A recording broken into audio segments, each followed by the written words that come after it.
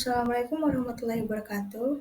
Saya Nasya Azkia Frijal dengan NIM 0801242143. Di sini saya akan menjelaskan materi tentang hakikat bahasa. Definisi hakikat bahasa ialah bunyi ujar atau lisan yang merupakan alat komunikasi verbal dan digunakan manusia dalam menjalani kehidupan. Bahasa juga dapat diartikan sebagai kesatuan perkataan beserta sistem penggunaannya yang berlaku umum dalam pergaulan antar anggota suatu masyarakat atau bangsa. Selanjutnya ada definisi hakikat bahasa secara umum dan istilah. Secara umum, hakikat bahasa adalah sifat dasar atau esensi dari bahasa itu sendiri yang mencakup fungsi dan karakteristik fundamental sebagai alat komunikasi antara manusia.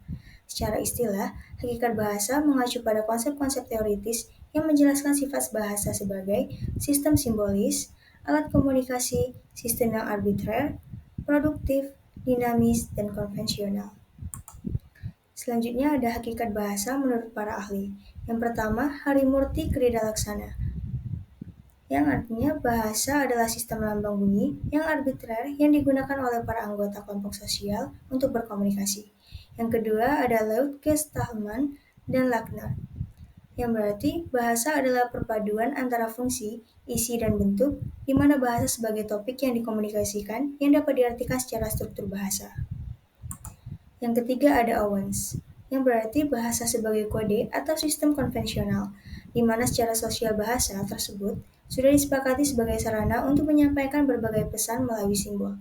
Yang keempat ada Parera, yang berarti bahasa merupakan gejala sosial yang digunakan untuk membangun komunikasi antara satu orang dengan orang lain.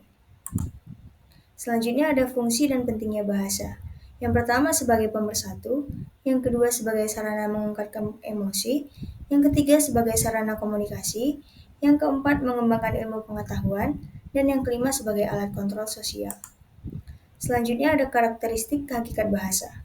Yang pertama itu sistematis, bahasa memiliki aturan atau tata bahasa yang terstruktur. Yang kedua simbolis, bahasa adalah kumpulan simbol atau tanda yang digunakan untuk mewakili konsep, objek, atau ide tertentu. Yang ketiga arbitrer, hubungan antara kata atau simbol dan makna bersifat arbitrer, artinya tidak ada hubungan logis antara bentuk kata dan objek yang diwakilinya. Yang keempat, konvensional. Bahasa adalah hasil dari kesepakatan sosial di mana suatu kelompok masyarakat sepakat menggunakan kata tertentu. Yang kelima, produktif dan kreatif. Bahasa memungkinkan penciptaan kalimat dan gagasan baru yang belum pernah ada sebelumnya. Yang keenam, dinamis.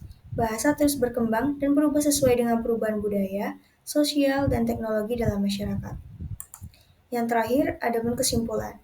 Bahasa adalah alat komunikasi manusia yang memiliki sifat-sifat sistematis, simbolis, arbitrer, produktif, dinamis, dan konvensional. Sebagai alat sosial, bahasa memainkan peran penting dalam kehidupan manusia, baik dalam konteks komunikasi sehari-hari maupun dalam membentuk identitas dan budaya. Sampailah di akhir pada materi ini, saya ucapkan terima kasih.